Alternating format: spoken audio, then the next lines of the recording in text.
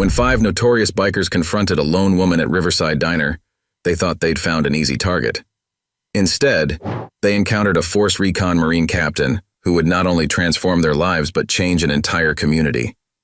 What happened that evening would be viewed millions of times online, spark a movement of veteran support, and show that sometimes the greatest battles we fight aren't on foreign soil, but right here at home. Let's get started, but first, let us know in the comments where you're tuning in from.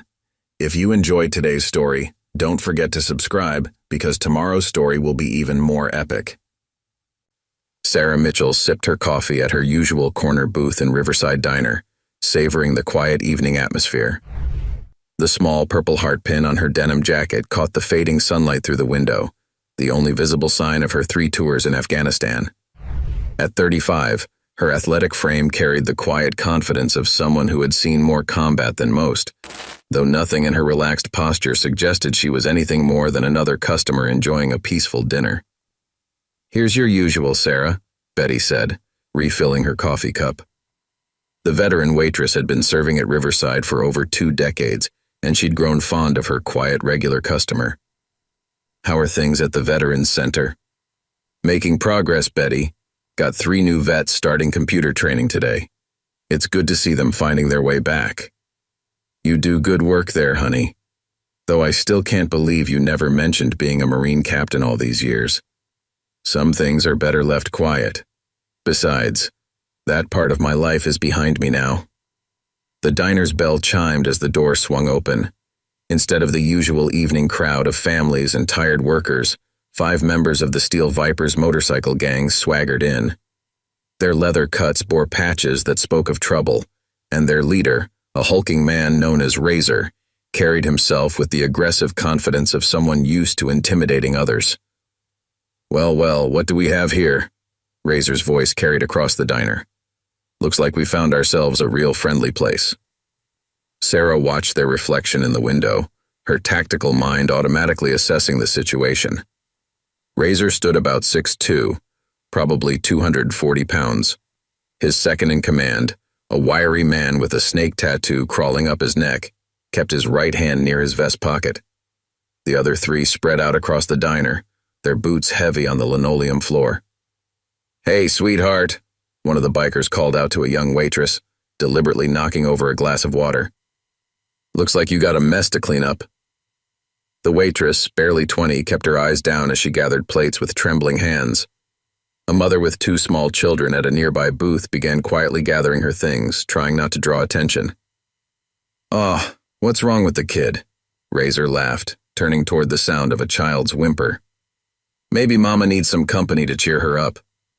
The lady and her children are leaving. Step aside." Sarah's voice cut through the tension, calm and clear. The diner fell silent. Razor turned slowly, his eyes finding Sarah in her corner booth. "Well, look what we have here, boys. Seems like someone forgot their manners." "Actually, I learned my manners in the Marine Corps. 3 tours in Afghanistan tend to teach you a thing or two about respect." Razor's laugh was forced, uncertainty flickering in his eyes as he took in Sarah's confident stance. "Marine Corps? You expect us to believe that?" "Don't have to believe it. But you do need to let these people leave." "You know what happens to people who get in our way?" Razor growled, reaching into his cut. "Actually, I do. But the real question is, do you know what happens when you threaten a Force Recon Marine?" The mother had managed to gather her children behind Sarah, who subtly shifted her stance to provide better coverage. Betty had disappeared into the kitchen, hopefully calling the police. Sarah calculated response times in her head. 5 minutes minimum for the first patrol car to arrive. "Last chance to mind your own business, lady. Protecting civilians is my business. 15 years of military service didn't end when I took off the uniform." The biker with the snake tattoo lunged forward suddenly, attempting to grab Sarah's arm. His move was telegraphed, amateur, nothing like the trained fighters she'd faced in combat. Sarah stepped smoothly aside, using his momentum to send him stumbling into a booth. Dishes rattled and silverware clattered to the floor. Razor swung his brass-knuckled fist in a wide arc, but Sarah had already anticipated the move. She ducked under his swing while simultaneously sweeping his legs out from under him. The big man crashed to the floor with a thunderous impact that shook the diner's windows. "You're going to regret this," Razor snarled, struggling to his feet. Blood trickled from a cut on his lip where he'd hit the floor. "Nobody messes with the steel vipers." "I've heard that kind of talk before," Sarah replied calmly. "Usually from people who don't understand what real combat looks like." Two more bikers moved to flank her, while the third blocked the door. Sarah remained centered, her breathing steady, hands relaxed at her sides. The training that had kept her alive through 3 tours was about to serve a different purpose, protecting innocent people in a small-town diner. "Get her!" Razor roared to his remaining men. But as they moved in, they were about to learn why Force Recon Marines were considered among the military's elite fighters, and why this quiet woman in a diner was about to become an internet sensation, a community legend, and a symbol of hope for veterans everywhere. What happened next would change not just their lives, but an entire town's understanding of strength, service, and redemption. The viral video would be just the beginning of a story that would touch millions and remind everyone that sometimes the most important battles we fight are the ones that bring people together rather than tear them apart. As Razor and his men closed in, Sarah Mitchell allowed herself a small smile. She hadn't asked for this fight, but she was about to demonstrate why you don't mess with the wrong woman at the wrong restaurant. "I said get her," Razor shouted again, but this time there was uncertainty in his voice. The next 30 seconds would go viral on social media, racking up millions of views and changing life in their small town forever. Sarah moved with the fluid precision that only comes from years of combat training. The first biker charged in, throwing a wild haymaker that would have knocked out most opponents. But Sarah wasn't most opponents. She slipped inside his guard, redirecting his momentum with a simple shoulder turn. The big man went flying into an empty booth, crashing through it with enough force to splinter the wood. "That's one," Sarah said quietly, already moving to face the next threat. The biker with the snake tattoo pulled a knife, its blade glinting in the diner's fluorescent lights. "Not so tough now, are you?" "Actually," Sarah replied, her voice still calm. "You just made this easier." She gestured at the cell phones recording the scene. "Assault is one thing. Armed assault, that's serious jail time." He hesitated for just a moment. Exactly what Sarah had counted on. Her kick sent the knife spinning from his hand before he could react. A quick strike to his solar plexus followed by a sweep of his legs, and he joined his friend on the floor. "That's 2, Sarah continued, turning to face Razor and his remaining man. "What the hell are you?" Razor's voice shook slightly. "I told you. Force Recon Marine. We're trained to handle multiple armed opponents. You're making this too easy." The third biker looked at his fallen friends, then at his boss, then at Sarah. He raised his hands and backed away. "I ain't fighting no Marine," he said, heading for the door. "Smart man," Sarah nodded. "Now it's just you, Razor. We can end this here." Instead of answering, Razor charged, brass knuckles glinting. Sarah sidestepped smoothly, years of training taking over. She caught his arm, used his own momentum to spin him around, and suddenly Razor found himself face down on the diner floor, his arm locked behind him in a hold that sent waves of pain shooting through his shoulder. "Listen carefully," Sarah spoke softly, but everyone in the now silent diner could hear her words. "I could break your arm right now, easily, but I won't because that's not what Marines do. We protect people. We don't hurt them unless we have to." "Let me go," Razor growled, but the fight had gone out of his voice. "First, you're going to promise me something. You and your gang are never going to bother this diner or anyone in it again. Understand?" Razor tried to struggle, but Sarah applied slightly more pressure. He gasped in pain. Okay, I promise." Sarah released him and stepped back, staying ready just in case. But Razor just sat up, rubbing his shoulder and staring at her with a mixture of fear and something else. Respect? "Your men need medical attention." Sarah pointed to the 2 bikers struggling to get up. "There's a clinic 3 blocks from here. I suggest you take them there, then go home and think about what happened today." The sound of police sirens filled the air. Razor looked at Sarah, then at his injured friends. "This isn't over," he muttered, but his heart wasn't in it. "Actually, it is," Sarah replied. "But how it's over, that's up to you. You can leave here tonight as the gang leader who got beaten by a woman, or you can leave thinking about why a Marine Corps veteran would risk herself to protect strangers in a diner." Betty emerged from the kitchen, phone still in hand. "Police are almost here, Sarah. You okay?" "Fine, Betty. How about you get these gentlemen some ice for their injuries before they leave?" The mother with the children stepped forward, tears in her eyes. "Thank you," she whispered. "I was so scared." "It's okay now," Sarah assured her, keeping one eye on the bikers as they helped each other up. "You're safe." As the police cars pulled into the parking lot, their lights painting the diner windows in red and blue, Sarah noticed something strange. Razor wasn't looking at her with hatred anymore. Instead, he seemed lost in thought, as if seeing something he'd never considered before. Officer Martinez was the first through the door, hand on his weapon. He took in the scene, the broken booth, the scattered dishes, the shaken but unharmed customers, and the 3 battered bikers. "Everyone okay here?" he asked, though his eyes were fixed on Sarah.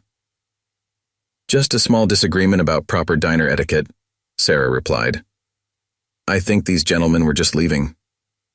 Martinez looked at the bikers, then back at Sarah. "Want to press charges?" Sarah considered for a moment, then shook her head. "No, I think everyone learned something tonight. Didn't we, Razor?" The big biker met her eyes briefly, then looked away. "Yeah," he mumbled. "We did." As the bikers limped out of the diner, followed closely by the police, the other customers burst into applause. Sarah tried to wave it off, but Betty was already announcing that coffee was on the house for everyone. "That was amazing." A teenage girl approached Sarah, phone still recording. "Are you really a Marine?" "Was," Sarah corrected gently. "Now I help other veterans adjust to civilian life. Speaking of which," she turned to look out the window where Razor was sitting on his bike, still not starting it. "I think I might have found some new clients." The video would be uploaded within minutes. By morning, it would have hundreds of thousands of views. But what nobody knew yet was that this was just the beginning. The real story, the one about redemption, community, and finding purpose after combat, was about to unfold in ways nobody could have predicted. "Your coffee's getting cold," Betty said, sliding into the booth across from Sarah. "Thanks, Betty." Sarah picked up her cup, noticing her hand was perfectly steady, not even a tremor. "You know what's strange? That felt more important than anything I did overseas." "How so?" "Because this time I wasn't just fighting against something. I was fighting for something. For this place. These people. Sometimes the biggest impact we can have is right here at home." Little did Sarah know just how prophetic those words would prove to be. As she sipped her coffee and watched the police cars pull away, the wheels of change were already in motion. The Steel Viper's reputation for troublemaking was about to transform into something entirely different, and Sarah Mitchell's quiet life was about to become a lot more interesting. By midnight, the video had over 100,000 views. By sunrise, it was approaching 1 million. Sarah woke up to her phone buzzing nonstop with notifications, messages, and calls from news outlets across the country. "Force Recon Marine takes down 5 bikers while protecting diner patrons," read one headline. "Female veteran shows true meaning of leave no one behind at local restaurant," proclaimed another. Sarah ignored them all and headed to work at the Veterans Center, hoping for a normal day. But normal wasn't in the cards anymore. "Have you seen this?" Maria Torres, one of her veteran clients, burst into her office waving her phone. "You're everywhere. My daughter showed me the video this morning. She said you're like Captain America, but better because you're real." "It's not that big a deal, Maria." Sarah tried to downplay it. "Just did what anyone would do." "No," Maria insisted, sitting down across from Sarah's desk. "What you did was remind people that we veterans aren't broken.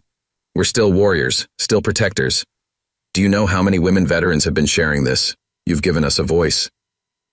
Before Sarah could respond, her office phone rang. It was Betty from the diner. "Sarah, honey, you need to get down here. Something's happening." Trouble? Sarah was already standing up, ready to move. No, you should see this for yourself. When Sarah arrived at Riverside Diner 15 minutes later, she stopped short in the parking lot. The place was packed. People were actually waiting outside to get in. But what really caught her attention was the group of motorcycles parked in the corner of the lot. Not Steel Vipers, but other local motorcycle clubs. Inside, Betty rushed over to her. "They've been coming all morning," she explained, gesturing to the bikers scattered throughout the diner. "Different clubs from all over the area, but they're not causing trouble. They're apologizing." A large man in a leather vest stood up from his booth. His patch identified him as the president of the Road Knights MC. "Captain Mitchell," he called out. "Got a minute?" Sarah walked over, aware that the whole diner was watching. The biker extended his hand. "Name's Big Mike. I represent several of the legitimate motorcycle clubs in the area. What happened here last night? That's not what we're about. The Steel Vipers give all bikers a bad name. We wanted you to know that we're here to support this establishment and its customers." "That's unexpected," Sarah replied honestly, shaking his hand. "There's more," Big Mike continued. "We heard you run a veterans center. A lot of our members are vets. We'd like to help. Maybe set up a motorcycle maintenance program for veterans who need transportation, give them something positive to focus on." Before Sarah could respond, the diner's door opened again. Everyone turned to look. It was Tommy, the youngest of the Steel Vipers from last night, but he wasn't wearing his colors anymore. "Captain Mitchell?" His voice shook slightly. "Can I talk to you? Privately?" Sarah nodded and led him to her usual corner booth. The young man couldn't meet her eyes at first. "I was in Iraq," he finally said. "Army infantry. When I came home, I couldn't fit in anywhere. The Vipers, they felt like brotherhood again, you know? But last night, watching you reminded me of my old sergeant. Always in control, always protecting others. And now?" Sarah asked gently. "I want out. But it's not just me. Razor, he's been talking all night. What you said about being a protector instead of a threat, it hit him hard. He's got a daughter, you know. She saw the video this morning and called him, crying. Asked him why he was being a bully." Sarah sat back, processing this information. "What are you asking for, Tommy?" "Help. Not just for me. For all of us. Most of the Vipers. We're lost. Looking for what we had in the service. That sense of purpose. You showed us there's another way to be strong." The diner had gone quiet, everyone trying to listen in. Sarah was aware of the phone still recording, of how this moment might be another turning point. "The Veterans Center opens at 9, she said finally. "Come by tomorrow. Bring anyone who wants to change. We'll figure something out." Tommy's eyes lit up with hope. "Really? Even after what we did?" "Especially after what you did. Because you're proving my point. Real strength isn't about intimidation. It's about having the courage to change." As Tommy left, wiping his eyes, Big Mike approached again. "We'll help," he said simply. "Any of the Vipers who want to reform, they'll have support from the legitimate clubs." Betty appeared with coffee, beaming. "On the house, as always." "Betty, you can't keep giving me free coffee." "Watch me," the waitress grinned. "Besides, business is booming. Look around." Sarah did look around. The diner was full of an unlikely mix. Families with children, bikers from various clubs, veterans who had seen the video and come to show support. Everyone was talking, sharing stories, building connections. Her phone buzzed again. Another news outlet wanting an interview, but this time Sarah didn't ignore it. Maybe it was time to tell this story. Not just about one fight in a diner, but about veterans finding their way home, about redemption, about how sometimes the right kind of strength can transform enemies into allies. "Big Mike," she called out, "that offer about the motorcycle maintenance program, let's talk details." As she pulled out a notebook and began planning, Sarah realized that what had started as a simple confrontation was becoming something much bigger. The video had gone viral not just because of the fight, but because people were hungry for this kind of story. One where conflict leads to connection, where enemies become friends, where protecting others matters more than proving you're tough. And this was just the beginning. The next morning, Sarah arrived at the Veterans Center early. She wasn't sure what to expect, but she wanted to be prepared. At 8:45, the first motorcycle rumbled into the parking lot. It was Razor, alone, without his steel Viper's cut. "Didn't think you'd be first," Sarah said, meeting him at the door. "Couldn't sleep," he admitted. His voice had lost its aggressive edge. "Been watching that video over and over, seeing myself, seeing what we'd become." He pulled out his phone, showing Sarah a picture of a young girl, maybe 12 years old. "This is Amy, my daughter. She called me yesterday morning crying. Asked me when I stopped being her hero and became a bully instead." Sarah nodded, unlocking the center's door. "That must have been hard to hear." "Hardest thing I've ever heard, even harder than when her mom left, saying I'd never change." Razor followed her inside. "Thing is, watching you fight, it wasn't just about the moves. It was how you carried yourself, controlled, purposeful, like my drill sergeant back in basic before I got discharged." "You served?" "Tried to. Washed out of Army basic. Medical discharge, bad knee. Felt like a failure. Started running with bikes to feel strong again." He looked around the center, taking in the photos of veterans, the resources posted on the walls. "Never thought I'd end up here." More motorcycles pulled up outside. Tommy arrived with 3 other Vipers. Then came Big Mike with some Road Knights members. By 9 o'clock, the center's meeting room was full of leather vests and uncertain faces. Sarah stood at the front, looking at the unlikely group. "So, who wants to go first?" Tommy raised his hand. "I served in Iraq, 2nd Infantry Division. When I came home, everything felt wrong. Too quiet. Too normal. The Vipers gave me what I was missing. Brotherhood, adrenaline, purpose. But it was the wrong kind of purpose." Others began sharing. Out of 12 Steel Vipers present, 5 were veterans who hadn't completed their service for various reasons. 3 were sons of veterans who'd never found their own way to serve. All of them were looking for something they couldn't quite name. "Here's what we're going to do," Sarah announced, pulling out a whiteboard. "First, we're starting a motorcycle maintenance program. Big Mike and the Road Knights are offering to teach. Veterans who need transportation will get help fixing up bikes. You want redemption? Start there." She wrote more on the board. Community service, veteran support, family rebuilding. "Second, those of you who are veterans, we have programs here. Counseling, job training, whatever you need. Those who aren't veterans but want to support them, we'll find a way." Razor stood up. "I want to talk to my daughter's school, tell them what happened, show them how to be better than I was." "Good," Sarah nodded. "That's on the list now, too." The meeting ran for 3 hours. By the end, they had a plan. The Steel Vipers would disband, but something new would take its place. A support group for veterans and their families, centered around motorcycle maintenance and community service. "We need a new name," Tommy suggested. "Phoenix Riders," someone called out, "because we're rising from the ashes of who we were." The energy in the room shifted. These men who had come in looking defeated were sitting straighter, eyes bright with purpose. Sarah recognized that look. She'd seen it in countless veterans who finally found their way back to themselves. Later that afternoon, Sarah returned to Riverside Diner. Betty had saved her usual booth, but she wasn't alone.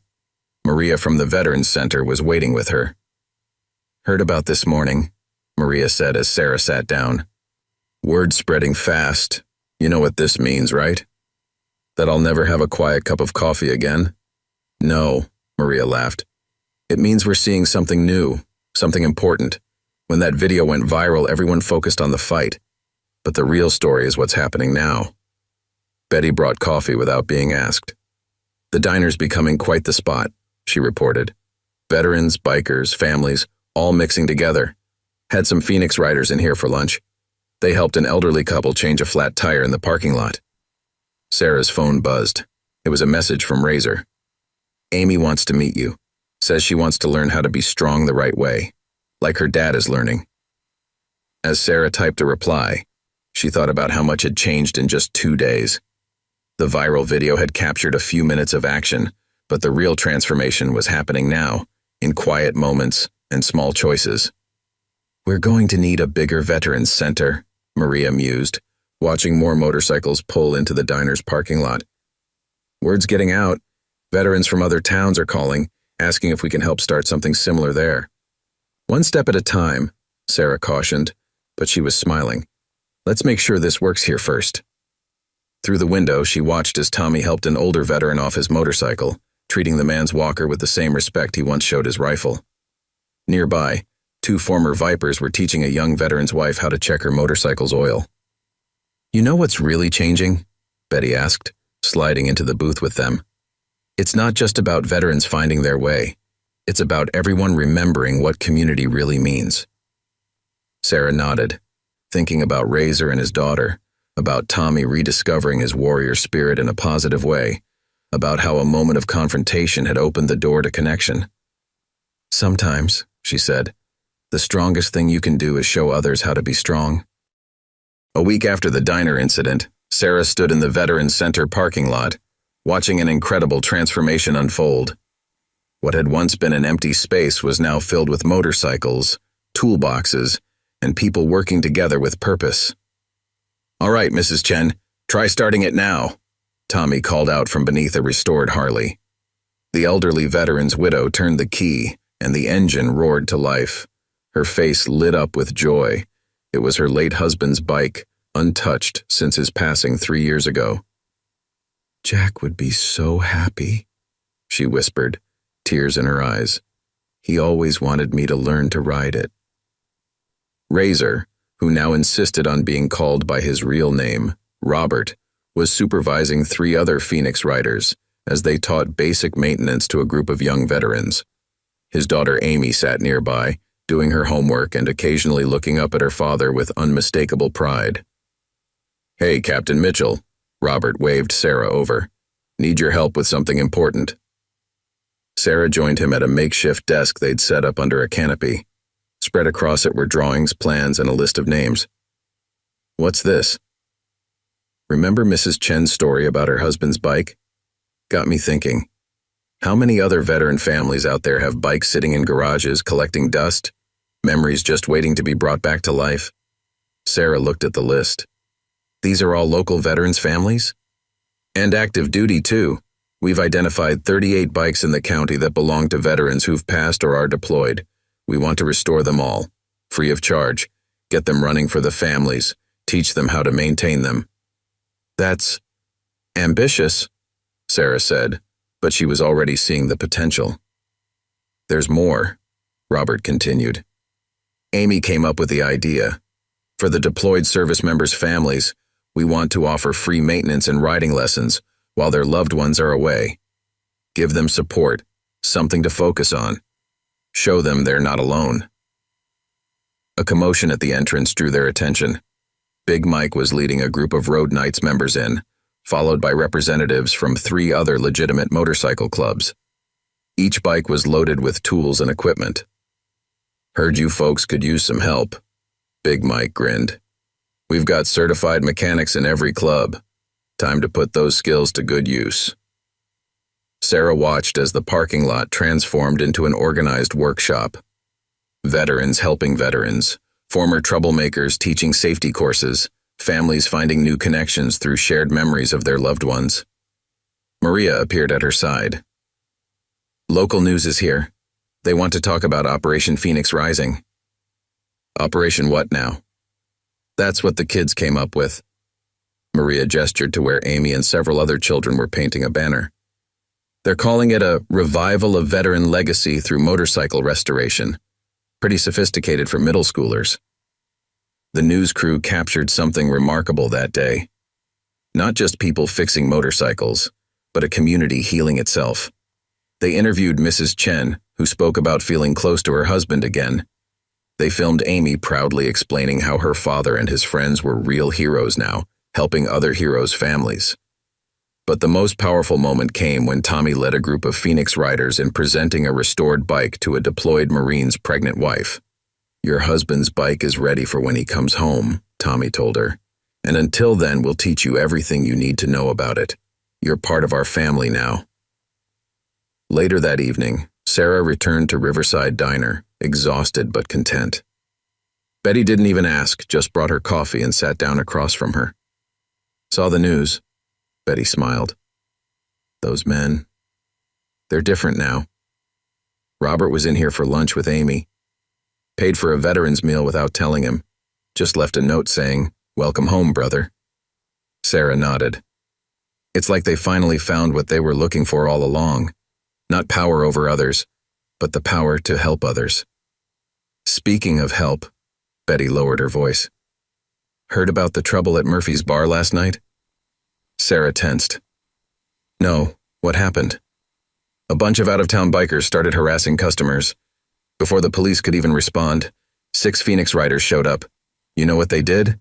Bought the troublemakers coffee, sat them down, and talked to them about purpose and respect. 3 of those bikers are coming to your center tomorrow." Sarah couldn't help but laugh. "They're becoming peacekeepers." "Just like you," Betty winked. "By the way, someone left something for you." She handed Sarah an envelope. Inside was a child's drawing, a figure in marine dress blues standing beside a motorcycle, surrounded by smiling people. At the bottom, in careful handwriting, "To Captain Mitchell. Thank you for showing my dad how to be a hero again. Love, Amy." Sarah pinned the drawing to the Veterans Center bulletin board the next morning. It joined other symbols of transformation: photos of restored bikes, thank you letters from families, news clippings about the Phoenix Riders community service. But more importantly, it represented something bigger than one viral video or one confrontation in a diner.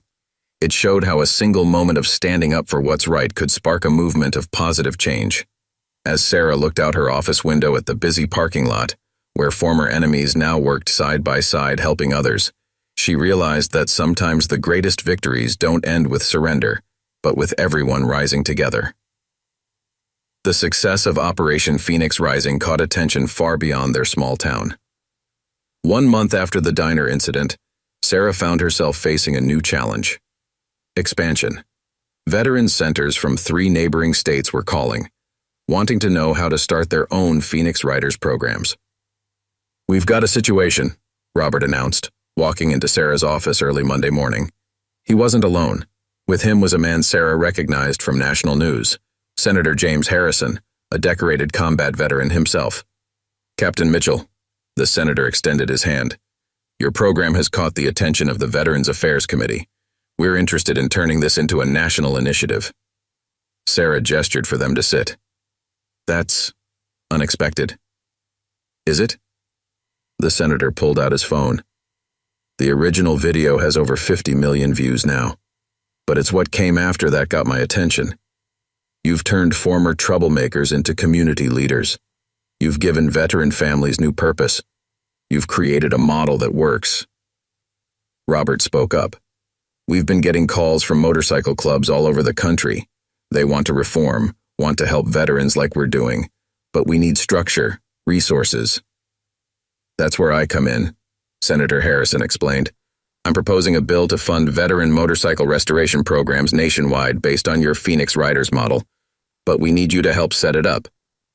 Sarah leaned back in her chair. "Senator, we're just a small operation." "Not anymore," Robert interrupted. "Show her, Amy." Amy, who had been quietly drawing in the corner, brought over her tablet. On it was a map of the country with dozens of glowing points. "Each light is a place where people want to start Phoenix Riders chapters," she explained proudly. "I've been helping Dad track the requests." The senator nodded approvingly.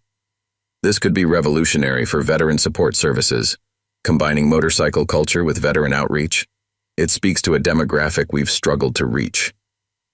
Before Sarah could respond, Maria burst in. "Sorry to interrupt, but you need to see this." She turned on the office TV.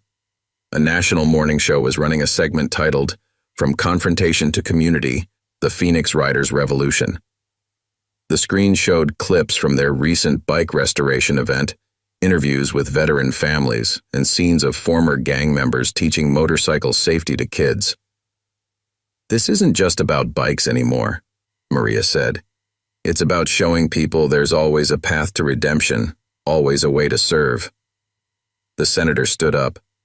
"I'll give you time to think about it, but remember, Captain Mitchell, sometimes the greatest service we can render is showing others how to serve." After he left, Robert stayed behind. "Sarah, we need to talk about Jake." "Jake?" "Leader of the Iron Wolves MC from 2 counties over. They're like what we used to be, maybe worse. He came to see me last night. They want to change, but they don't know how." Sarah sighed. "Robert, I know. We're already stretched thin. But that's why we need this national program. We can't help everyone ourselves, but we can show others how to help themselves." A knock at the door interrupted them. It was Tommy, looking excited. "You're not going to believe this. Remember that group of troubled teens the court ordered to do community service with us? The ones you've been teaching basic maintenance?" Sarah asked. "Yeah. Well, their probation officer just called. Since they started working with us, not one of them has missed a check-in. 3 have gone back to school. 2 got part-time jobs. They're saying our program works better than traditional intervention." Sarah looked at the map on Amy's tablet, at all those points of light representing communities asking for help. She thought about Jake and his Iron Wolves, about troubled teens finding their way, about veteran families reconnecting through their lost loved ones' motorcycles.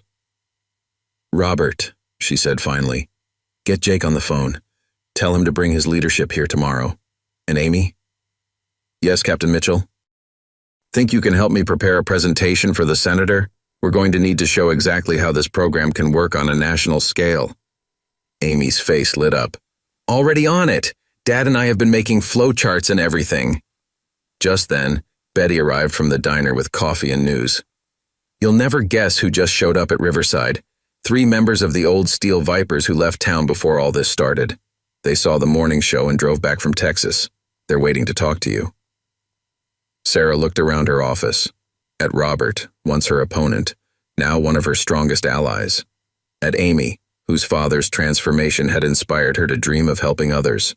At Tommy, who'd found his way back to the person he'd always wanted to be. "Tell them I'll be there in an hour," she said. "And Betty, we're going to need more coffee. Looks like Riverside Diner is about to become command central for something bigger than we ever imagined." As Betty left, Robert picked up a framed photo from Sarah's desk, the infamous still from the viral video, the moment she'd stood up to protect a frightened family. "You know," he said thoughtfully, "when you took us down that night, you actually lifted us up, showed us who we could be." "That's the thing about real strength," Sarah replied, watching Amy work on her presentation. "It doesn't just win fights, it transforms lives." The Riverside Convention Center had never seen anything quite like this. 300 motorcycle club members from across the country mixed with veterans, social workers, and family support coordinators all gathered for the first National Phoenix Riders Summit. Sarah stood backstage reviewing her notes one last time. "Nervous?" Robert appeared beside her, wearing a new leather vest with the Phoenix Riders emblem, a rising phoenix wrapped around a motorcycle wheel with the words, "Strength through service" beneath. "Not about speaking," Sarah replied. "More about what comes next. Jake's Iron Wolves are here. So are the Desert Raiders from Arizona, the Coast Riders from Florida. All former outlaw clubs looking to change." Robert nodded. "Just like we did. That's what worries me. We're about to teach former rivals how to work together. What if old conflicts resurface?" Robert smiled. "Watch this." He pulled out his phone, showing Sarah a group chat. The screen was filled with photos of restored bikes, veteran family stories, and motorcycle safety class graduations from across the country. "They're already working together. Old rivalries don't matter much when you're focused on serving others."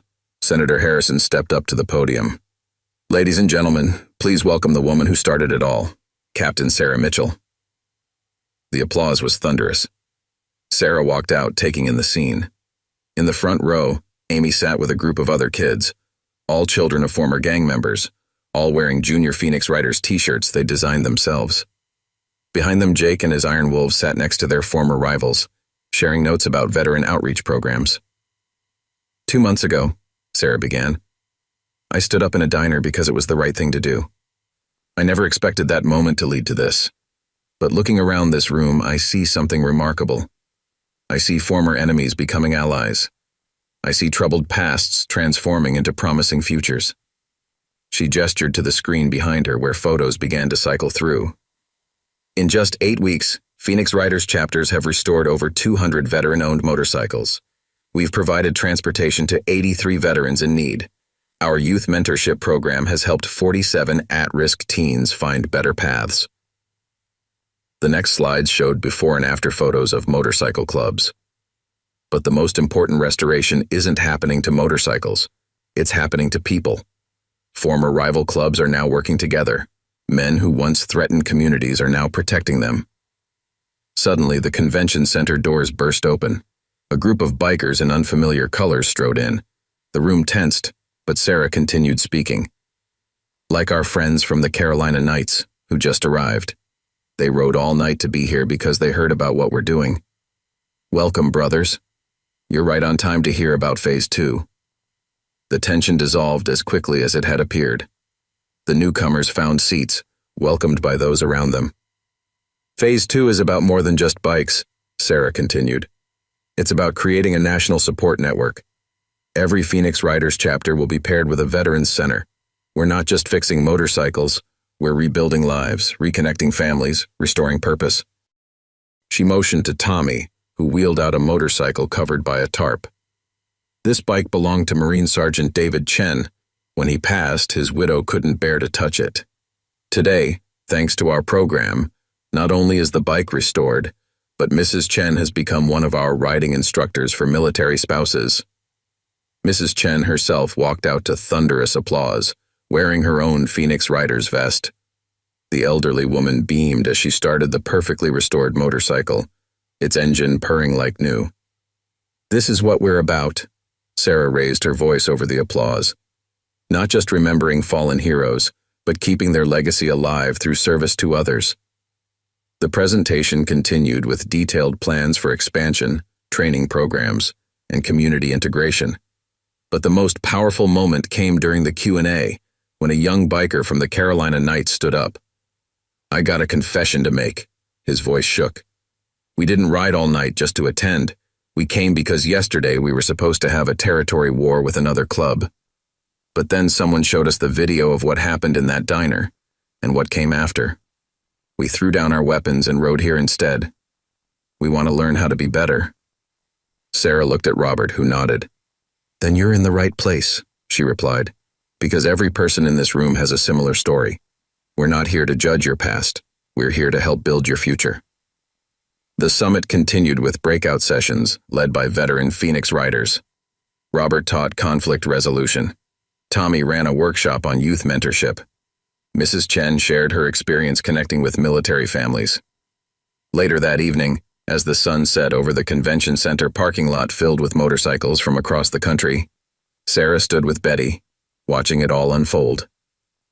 Did you ever imagine that standing up to those bikers would lead to this? Betty asked, handing Sarah her ever-present coffee. No, Sarah admitted. But that's the thing about doing the right thing. You never know how far the ripples will spread. Just then, Amy ran up with exciting news. Captain Mitchell, the Carolina Knights just pledged their clubhouse as a new veteran support center, and 3 other clubs are doing the same. Sarah smiled, watching as former enemies shared meals, traded stories, and planned a future built on service rather than conflict. The Phoenix was rising, and its wings were spreading far beyond anything she could have imagined. The crisis hit without warning.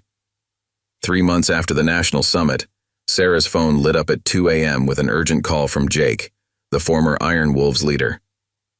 We've got trouble, Captain. Big trouble.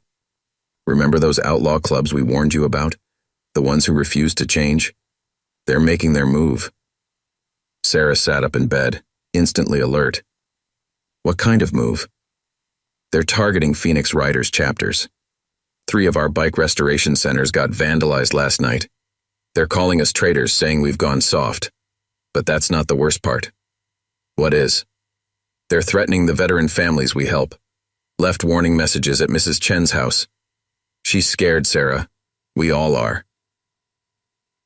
Within an hour, Sarah had turned the Veterans Center into a command post. Robert and Tommy coordinated with Phoenix Riders chapters across 6 states. Reports kept coming in. More vandalism, more threats, all targeting their community service programs.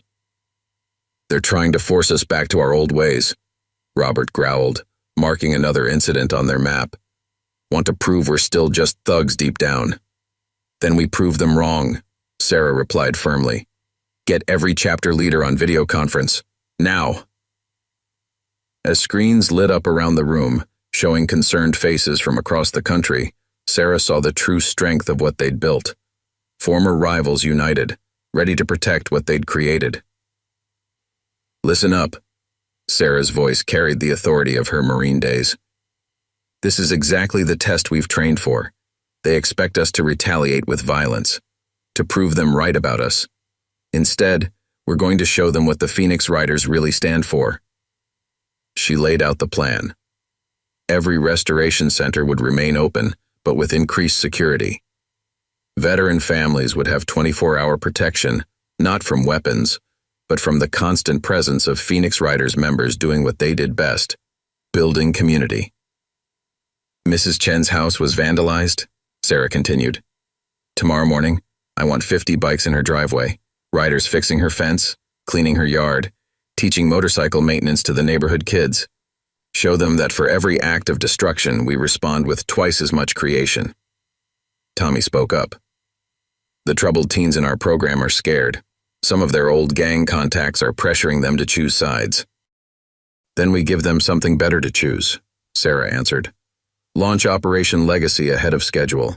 Get those kids working with veteran families, learning trade skills, earning their own Phoenix Riders vests through community service. The next day, something remarkable happened. When the hostile bikers came to intimidate a Phoenix Riders chapter in Ohio, they found 100 community members forming a peaceful line outside the restoration center.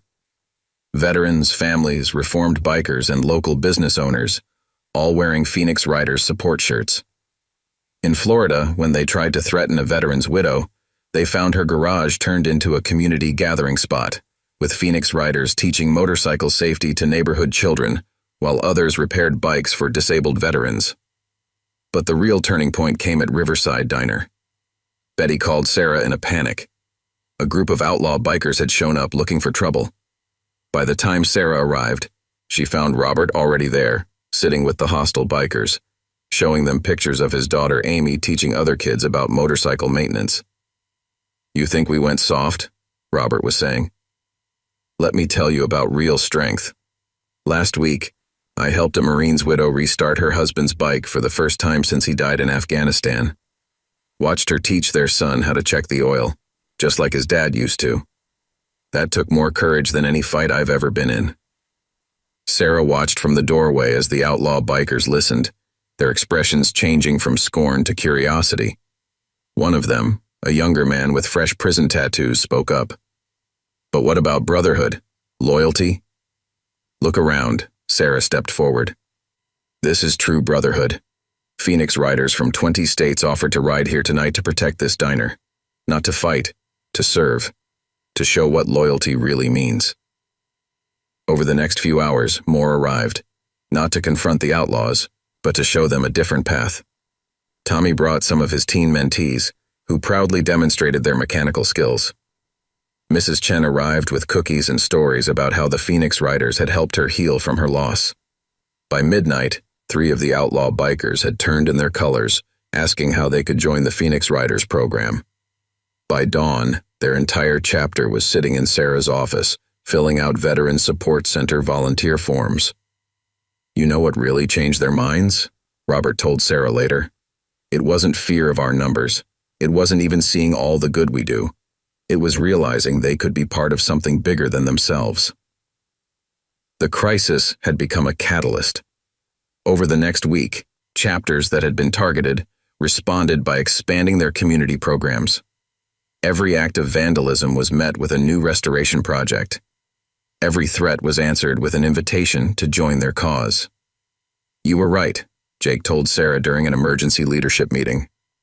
"The best way to fight darkness isn't with more darkness. It's by shining a light so bright they can't help but see a better way."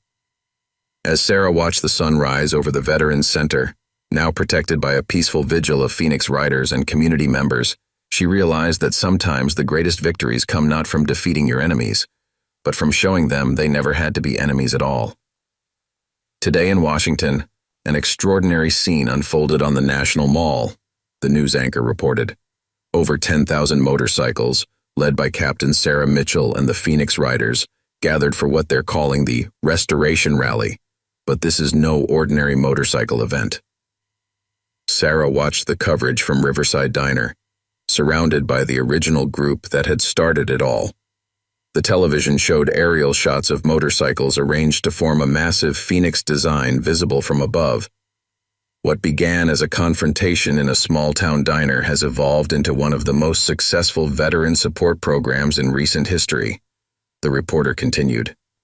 The Phoenix Riders' response to recent threats against their organization has drawn national attention and praise from military leaders and peace advocates alike.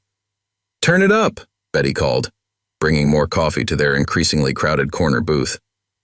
The diner was packed with both locals and visiting Phoenix Riders members who had come to see where it all began.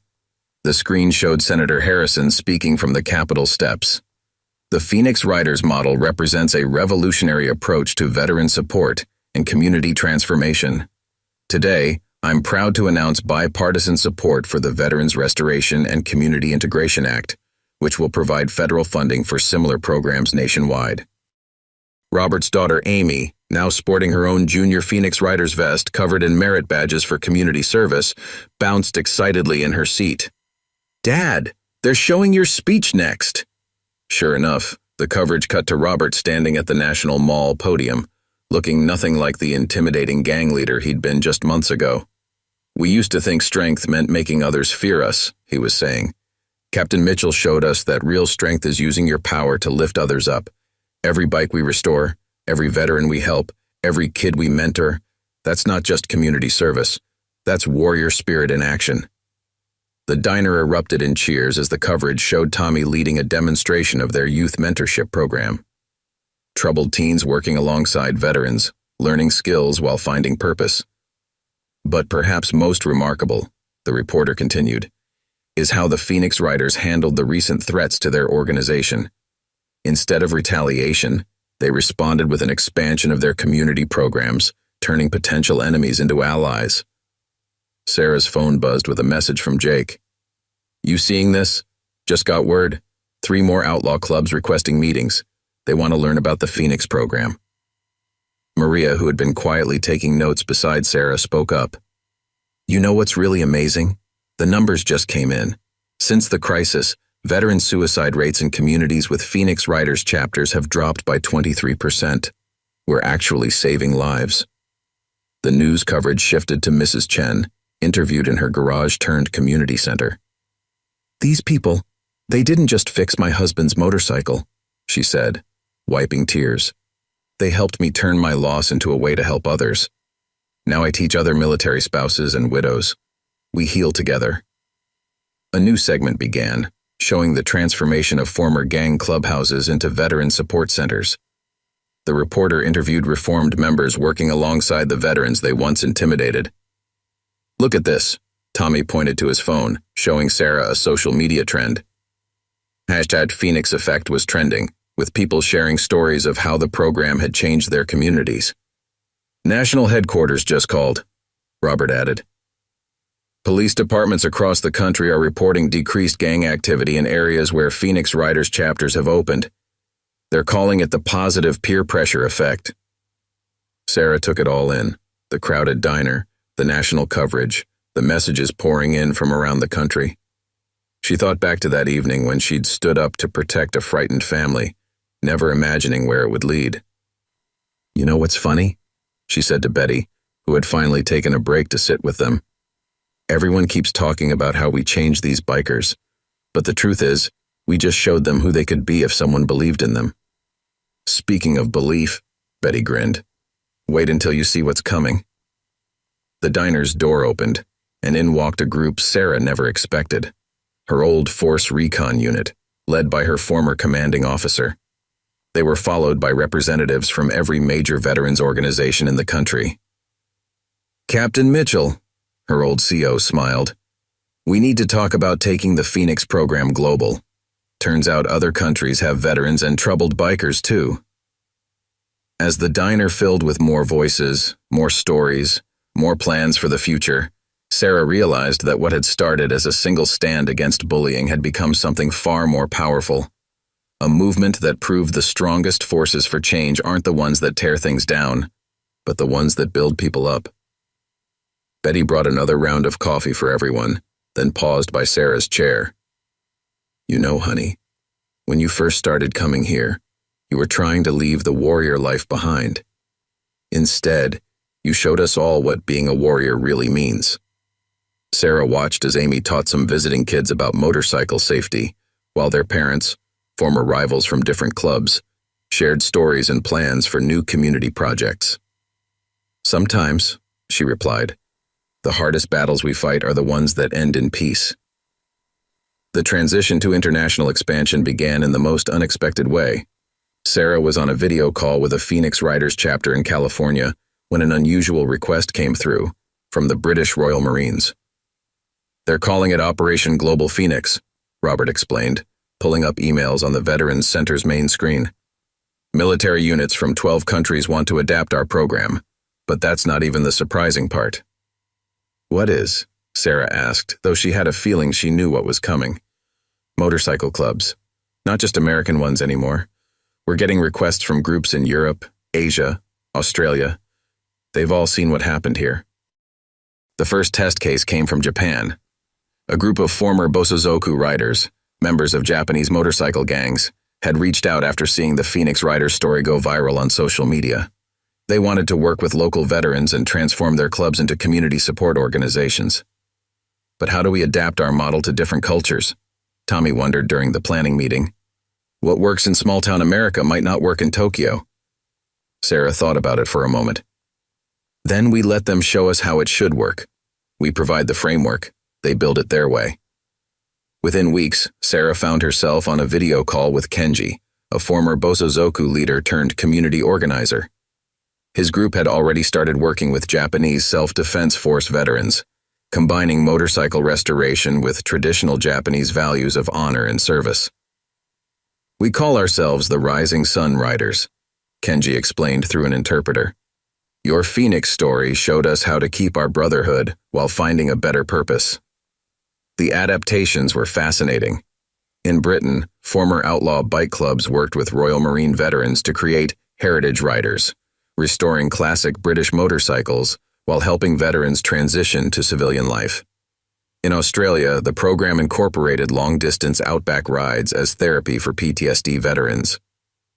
Back at Riverside Diner, Sarah shared these developments with Betty over the usual coffee. "Look at this," she showed Betty her tablet. The screen displayed photos from around the world. German bikers helping rebuild a veterans memorial, Brazilian riders organizing motorcycle safety courses for favela youth, South Korean chapters working with military families along the DMZ. "It's like watching light spread," Betty mused. "Each country makes it their own, but the heart stays the same." Amy, who had become the unofficial chronicler of the Phoenix movement, was creating a digital map showing the program's global reach. "Every dot is a different story," she explained proudly. "But they're all connected." The real breakthrough came when a United Nations peacekeeping official contacted them. He had an unusual proposal, using the Phoenix Riders model in post-conflict zones to help former combatants reintegrate into society. "Think about it," he urged during a conference call. "If you can turn rival biker gangs into community leaders, why not apply the same principles to regions recovering from war?" Sarah found herself working with an increasingly diverse team. Maria handled cultural adaptation training. Robert coordinated with international motorcycle clubs. Tommy developed youth programs that could work across different societies. The most powerful moment came during the first International Phoenix Riders Summit in Geneva. Former rivals from dozens of countries shared stories of transformation. A British ex-rocker worked alongside a French former gang member to demonstrate their veteran outreach techniques. Japanese Rising Sun Riders taught Australian chapters about incorporating meditation into their program. "You've created something extraordinary," Senator Harrison told Sarah as they watched the summit unfold. "This isn't just veteran support anymore. It's become a model for turning conflict into cooperation." But it was Mrs. Chen who perhaps understood it best. She had been invited to speak about her experience to an international audience. "When I lost my husband," she told the gathered crowd, "I thought I lost everything. The Phoenix Riders didn't just restore his motorcycle. They showed me how to turn grief into purpose. Now I see the same thing happening worldwide. People taking their pain and transforming it into power to help others." The movement kept growing in unexpected ways. In Ireland, former paramilitary members worked together through the program, using motorcycle restoration as a way to heal old wounds. In South Africa, the program brought together veterans from opposite sides of old conflicts. One evening, as Sarah watched video feeds from Phoenix programs around the world, she noticed something remarkable. Whether it was in Tokyo or London, Rio or Berlin, the same scene played out. Former enemies working side by side, teaching young people, helping veterans, building community. "You know what this reminds me of?" Robert said, watching footage from a new chapter in Lebanon. "That night in the diner, when you showed us there was another way to be strong." "But this is different," Sarah replied. "Now they're showing each other. Each new chapter learns from the ones before, then adds their own wisdom to share with those who come after." Betty, ever present with her coffee pot, had the last word. "Maybe that's the real legacy of what happened here. Not just showing people a better way, but giving them the tools to show others." As Sarah looked at the global map of Phoenix Riders chapters, each point of light representing countless lives changed, she realized that sometimes the smallest moments, like standing up to bullies in a diner, can spark changes that cross every border and bridge every divide. The Phoenix had truly risen, and its wings now stretched across the world, carrying a simple but powerful message. True strength isn't about domination, but transformation. And sometimes, the most powerful changes start with a single person willing to stand up for what's right. The United Nations General Assembly has just passed a groundbreaking resolution, the news anchor announced, officially recognizing the Phoenix Riders Initiative as a model for international peace-building and veteran support. Sarah watched the broadcast from an unexpected location, the White House Rose Garden. She was there with Robert, Tommy, and representatives from Phoenix Riders chapters worldwide, waiting to meet with the President's Task Force on Veteran Affairs. "Still can't believe this started with a confrontation in my diner," Betty said. She had been specially invited to witness this historic moment and insisted on bringing her coffee pot. "Now look at you, changing international policy." The changes were happening faster than anyone could have predicted. The Phoenix model, as policymakers called it, was being adapted for various social programs worldwide. Schools were using modified versions to handle bullying. Police departments were implementing its principles for community outreach.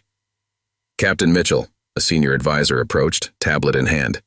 "The UN Secretary General wants to discuss implementing the program in peacekeeping operations. And the European Union is drafting legislation based on your veteran support framework." Before Sarah could respond, her phone buzzed with an urgent message from Kenji in Japan. The Rising Sun Riders had just mediated a decades-old conflict between rival motorcycle groups in Osaka. The solution? Turning their competing workshops into a joint veteran support center. "It's not just about bikes anymore," Robert observed, showing Sarah his own phone. "Look at this. Former gang members in Cape Town using our model to create youth entrepreneurship programs. They're calling it Phoenix Rising Business Mentors." The impact was becoming clearer every day. Crime rates were dropping in areas with active Phoenix chapters. Veteran suicide rates continued to decline. But perhaps most significantly, communities were healing in ways no one had expected. "Remember that troubled teen program we started?" Tommy asked. The education department just released the statistics. 92% graduation rate among participants.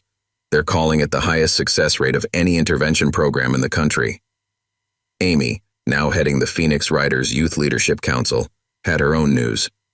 "We're launching in 50 new schools next month. Kids who used to join gangs are forming Phoenix clubs instead.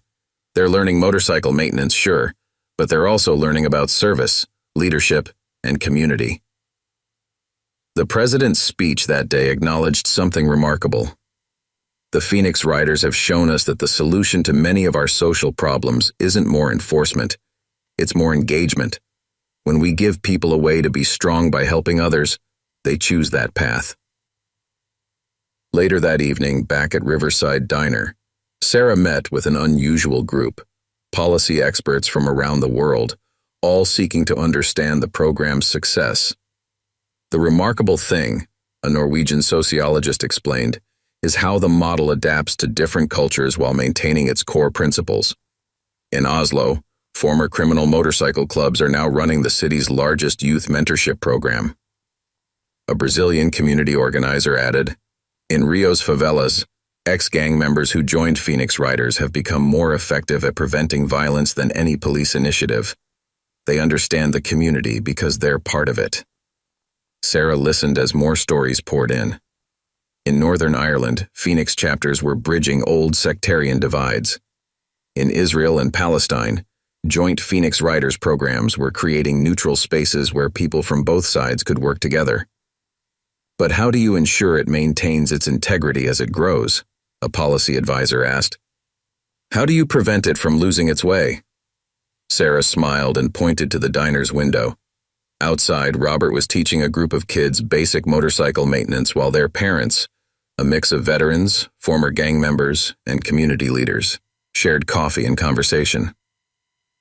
"Because it's not built on rules or regulations," she explained. "It's built on transformation. Every person who changes becomes living proof that the program works. They become the guardians of its integrity." Maria, who had been quietly taking notes, spoke up. "Look at the data. In every country where we've established chapters, we see the same pattern. First, crime rates drop. Then, veteran support participation increases. Finally, community engagement rises across all demographics. It's like a positive infection," Betty added, refilling coffee cups. "Once people see it working, they want to be part of it." The policy experts were fascinated by the diner itself, how this simple restaurant had become both the birthplace and the heart of a global movement. They took notes as regular customers interacted with Phoenix Riders members, watching how naturally the program had woven itself into the community's fabric. "You know what's really revolutionary about this?" a Canadian policymaker observed. "It's showing that the best way to help veterans isn't to treat them as victims who need help, but as warriors who need purpose." Sarah watched as Amy led a group of international youth representatives through their new peer mentorship curriculum. The teenager who had once been afraid of her father's biker lifestyle was now teaching others how to transform their own communities. "The real policy change," Sarah said finally, "isn't happening in government buildings. It's happening right here, in diners and garages and community centers around the world. We're not just changing laws, we're changing hearts." As the evening wound down, Betty brought one last round of coffee for everyone. The policy experts had long since put away their notebooks, drawn into the genuine warmth and connection they felt in this unexpected cradle of global change. "You know what they don't tell you in all those policy papers?" Betty asked, sitting down with them. "Sometimes the biggest changes start with the smallest moments of courage. Sometimes all it takes is one person willing to stand up and show others a better way." The newest challenge facing the Phoenix Riders emerged from an unexpected quarter. A homeless veteran living under a bridge in Detroit had been discovered by local chapter members. His story went viral, not because of his situation, but because of who he was. "That's Colonel James Wright," Sarah told the emergency leadership meeting at the Veterans Center. "Former Special Forces, 3 Silver Stars, saved an entire village in Afghanistan. Now he's living on the streets because he couldn't adjust to civilian life. We've got to do something, Robert insisted. This isn't just about one veteran anymore. This is showing us a gap in our program. The colonel's situation had exposed a harsh truth. Even with all their success, they were still missing some of the most vulnerable veterans. Those who had fallen through every crack, who couldn't even make it to a veterans center or Phoenix Riders meeting. I've got an idea, Tommy said, pulling up blueprints on the main screen. We've got all these former clubhouses we've converted. What if we turn them into transitional housing? Not just places to sleep, but full rehabilitation centers. Sarah studied the plans. We'd need more than just mechanics and mentors. We'd need healthcare providers, counselors, job trainers. Already on it, Maria interrupted, walking in with a stack of papers. Remember all those professionals who joined Phoenix Riders chapters? We've got doctors, therapists, social workers, all willing to volunteer. The initiative they developed was called Phoenix Nests, safe houses for veterans in crisis, staffed by Phoenix Riders members and professional volunteers. Each one would combine housing with job training, mental health support, and most importantly, a built-in community. But here's the real innovation, Robert explained, pointing to the garage areas and the blueprints. Every Phoenix Nest will have a working motorcycle restoration shop. Residents can learn trade skills while helping other veterans. They're not just receiving help, they're part of giving it. The first Phoenix Nest opened in Detroit, with Colonel Wright not just as a resident, but as a program advisor. His military experience and personal struggle made him uniquely qualified to help design the support system. You know what the hardest part was? The colonel told Sarah during the opening ceremony. Not being homeless, it was feeling useless. This program gives us back our purpose. Within months, Phoenix Nests were opening across the country. Each one became more than just a shelter. They were transformation centers, where veterans could rebuild their lives while helping others rebuild theirs. But the program soon faced an unexpected challenge. A prominent politician began criticizing the Phoenix Riders, claiming they were enabling homeless veterans rather than solving the root problems. Sarah found herself defending the program on national television. We're not enabling, we're empowering. Every veteran who comes through our doors becomes part of the solution. They're not just receiving help, they're becoming help givers themselves. The debate sparked something unexpected. Other marginalized groups began reaching out to the Phoenix Riders, asking about adapting the model for their communities. We've got former gang members wanting to open Phoenix Nests for at-risk youth, Tommy reported. Recovered addicts want to create similar programs for people fighting substance abuse. It's like watching the next evolution, Betty observed one evening at the diner, as she served coffee to a mixed group of Phoenix Nest residents and volunteers.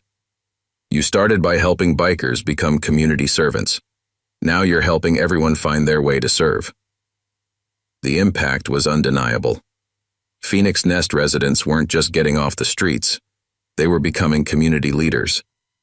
Colonel Wright now ran veteran outreach training for police departments.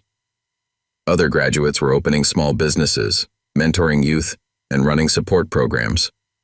You want to know the real success story? Maria asked, showing Sarah the latest statistics. 87% of Phoenix Nest graduates are now actively involved in community service. They're not just surviving, they're thriving by helping others thrive. The program kept evolving. Phoenix Nests began offering specialized support for female veterans, LGBTQ+ veterans, and veterans with families. Each new challenge they encountered led to new solutions, all built on the same principle: transformation through service. Remember when we thought this was just about fixing motorcycles? Robert laughed, watching a group of Phoenix Nest residents teaching motorcycle maintenance to homeless teens. It never was, Sarah replied. The motorcycles were just the bridge. This was always about fixing people by showing them they could help fix others. As the sun set over the latest Phoenix Nest facility, Sarah watched a new resident arrive, a young veteran, looking lost and broken, just as Colonel Wright had been. But this time, he was greeted not by social workers, but by other veterans who had walked his path and found their way back. "Welcome home, brother," Colonel Wright said, extending his hand. "Ready to become part of something bigger than yourself?" The young veteran looked around at the busy workshop, where residents and volunteers worked side by side, each person both receiving and giving help. His shoulders straightened slightly as he nodded. "That's what we're really building here," Sarah told Betty later at the diner. "Not just nests for broken birds, but launching pads for new phoenixes." Betty smiled, watching through the window as Phoenix Riders members escorted another homeless veteran to safety. From one woman standing up to bullies in a diner, to a movement that lifts up the fallen worldwide. Now that's what I call rising from the ashes. When the earthquake hit Mexico City, no one expected motorcycle clubs to be among the first responders.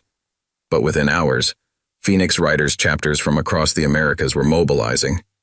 "We've got hundreds of bikes ready to move," Robert reported during an emergency video conference.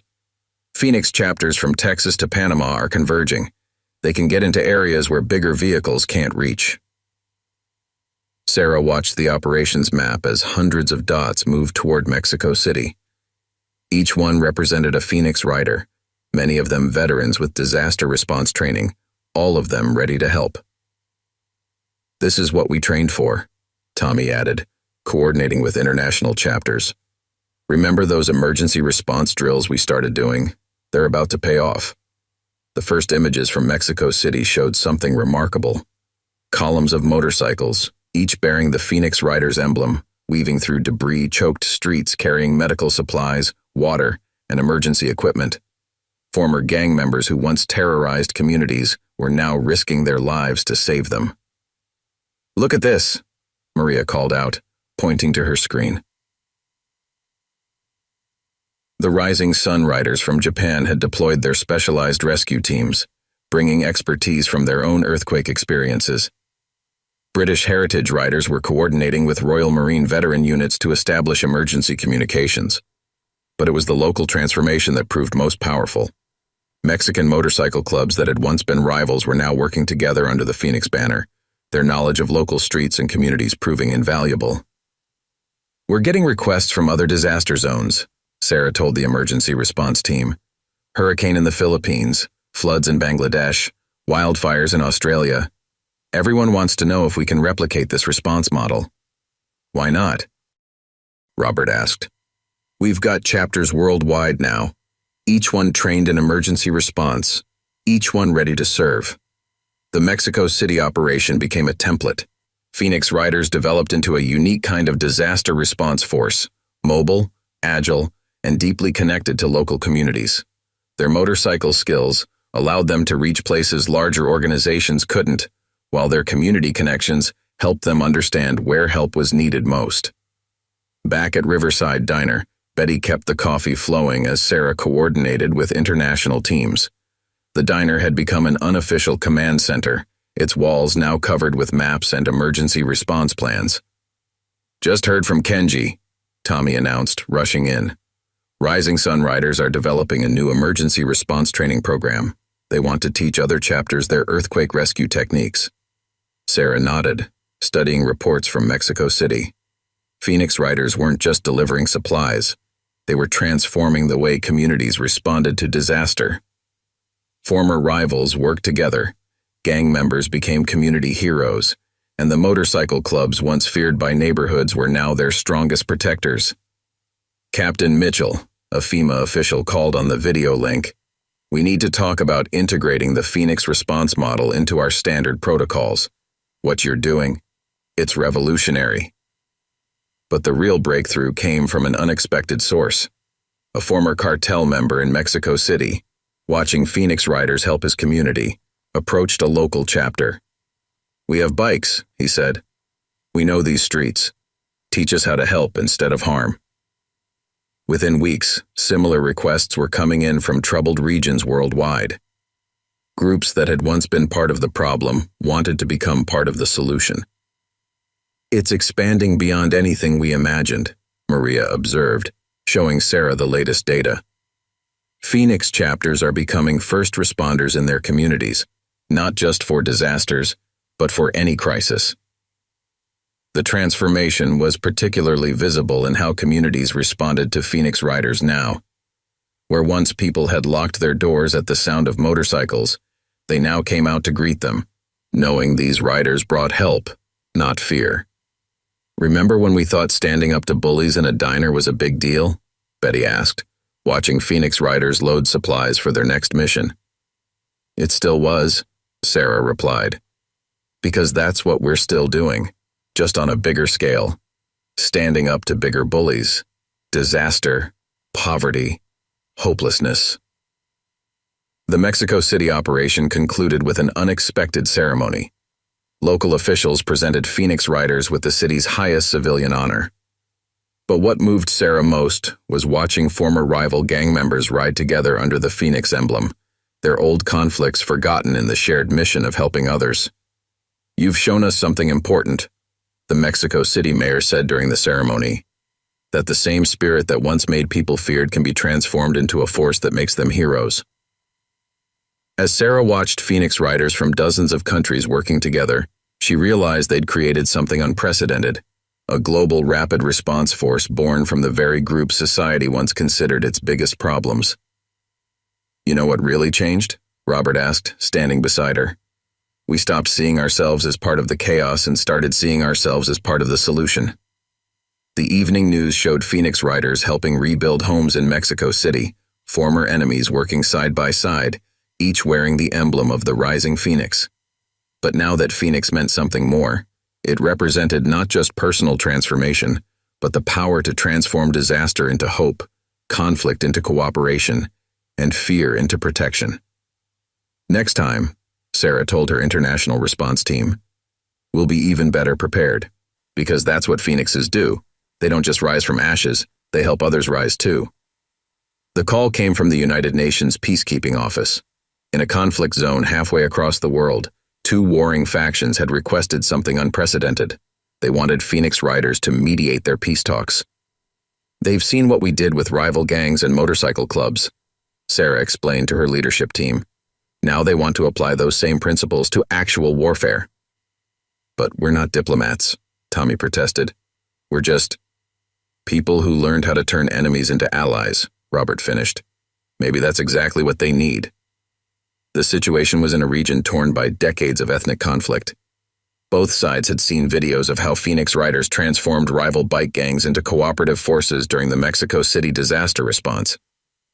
"If you can make hostile bikers work together," their message read, "maybe you can help us find a way to peace." Sarah found herself in a UN conference room, facing leaders from both factions. With her were Robert, Tommy, and representatives from Phoenix chapters worldwide, each bringing their own experience with transformation. "Before we begin," Sarah said, "I want you to meet someone." She gestured to a screen where Mrs. Chen appeared, speaking from Riverside Diner. "She's going to tell you about real strength." Mrs. Chen shared her story, about loss, about healing, about finding purpose in helping others. As she spoke, Sarah watched the hardened faces of the faction leaders soften. "Now," Sarah continued, "let me show you something else." She played videos of former rival gang members working together during disasters, of enemies becoming allies through shared service. "Your weapons make you feel strong," Robert added, speaking from experience. "We thought our bikes and colors made us strong too. But real strength? That comes from protecting others, not hurting them." The breakthrough came when Tommy suggested a radical idea. "Before we talk peace, let's work together on something concrete. Your communities need rebuilding. Let's start there." What followed was unprecedented. Under Phoenix Riders' guidance, former enemies began working together on community restoration projects. Just as rival bikers had learned to cooperate by fixing motorcycles, opposing factions found common ground in rebuilding schools and hospitals. "It's the Phoenix principle," Maria explained to UN observers. "When people focus on serving others together, their own conflicts become less important." Back at Riverside Diner, Betty kept the news playing as reports came in from the conflict zone. "Look at that," she said proudly, watching former enemies working side by side under the Phoenix banner. The transformation wasn't instant, but it was profound. As with the motorcycle clubs, the key was giving people a way to be strong by helping others rather than dominating them. "You're not just negotiating peace," a UN official told Sarah. You're building it from the ground up. The success caught the attention of other conflict zones. Requests started coming in from around the world: Northern Ireland, the Balkans, Central Africa. Everyone wanted to learn the Phoenix method of transformation. But how do we scale this? Sarah wondered aloud during a late-night strategy session at the diner. The same way we did with the bikes, Robert answered. We teach them to teach others. They developed what they called Phoenix Peace Teams, mixed groups of former enemies who had learned to work together, now training others to do the same. The most powerful moment came when Kenji from the Rising Sun Riders arrived with an unexpected delegation: former Japanese and Korean bike gang members, now working together to promote peace in their region. We were enemies for generations, Kenji explained. Now we're showing our communities how to move beyond old hatreds. Sarah watched as the model replicated itself across conflicts worldwide. Just as the Phoenix Riders had spread from one small-town diner to become a global force for veteran support and disaster response, now they were becoming architects of peace. The fascinating thing, a conflict resolution expert observed, is how the motorcycle culture actually helps. These were people who already understood brotherhood and loyalty. You just helped them redirect it towards something positive. One evening, as Sarah watched Phoenix Peace Teams working in yet another conflict zone, Betty brought her the usual coffee and a question. Did you ever imagine, when you stood up to those bullies in here, that you'd end up changing how the whole world thinks about conflict? Sarah looked around the diner, now decorated with photos from Phoenix operations worldwide, disaster responses, veteran support programs, and now peace initiatives. You know what I've learned? She replied. The principles are always the same, whether it's a confrontation in a diner or a war zone.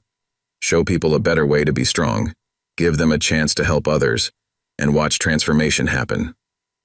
The news showed more Phoenix Peace Teams deploying to new regions, each carrying the message that had started in this small diner, that true strength comes not from domination, but from protection and service. We're not just riding motorcycles anymore, Robert said, watching the coverage. We're riding hope into places that forgot what hope feels like. The Phoenix Riders had become more than a movement. They were now a symbol of hope that transcended boundaries. Across the world, communities had embraced their ethos of strength through service, proving that even the most unlikely people could ignite change. At the United Nations General Assembly, Sarah stood alongside Robert, Kenji, Maria, and Colonel Wright. The assembly hall was packed with dignitaries, veterans, and community leaders from every corner of the globe. On the massive screen behind them, a montage of Phoenix Riders' work played, restoring bikes, rebuilding disaster-stricken towns, and mediating peace in war-torn regions. Today, we celebrate not just the accomplishments of the Phoenix Riders, but the countless lives they've touched, the Secretary General said. They have shown us that when we invest in people, even those society once feared, we create ripples of change that uplift everyone. Sarah stepped to the podium. Her voice was calm but powerful, carrying the same conviction that had once silenced a gang leader in a small-town diner. When I first stood up in Riverside Diner, I thought I was just protecting a family. I didn't realize that moment would grow into a movement that would unite people across cultures, borders, and beliefs. The truth is, every one of us has the power to create change. Sometimes, it starts with something as simple as standing up for what's right. She paused, letting her words settle over the audience. The Phoenix Riders aren't just about motorcycles or veterans. They're about transformation. They're about proving that no matter how far someone has fallen, they can rise again and help others do the same.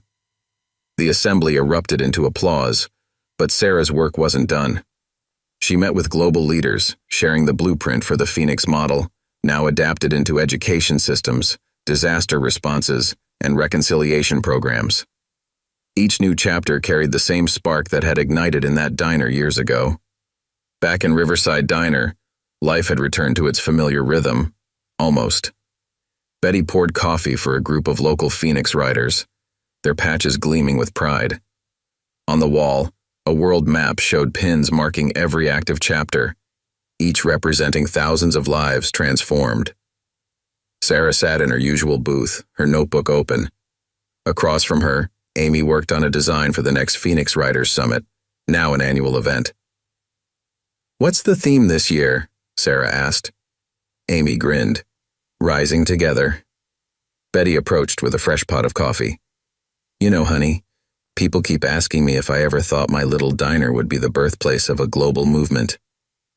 "What do you tell them?" Sarah asked, smiling. "I tell them it always starts small.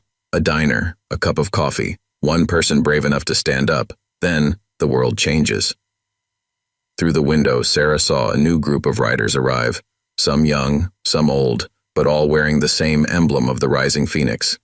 They were greeted with handshakes, laughter, and the unmistakable hum of belonging.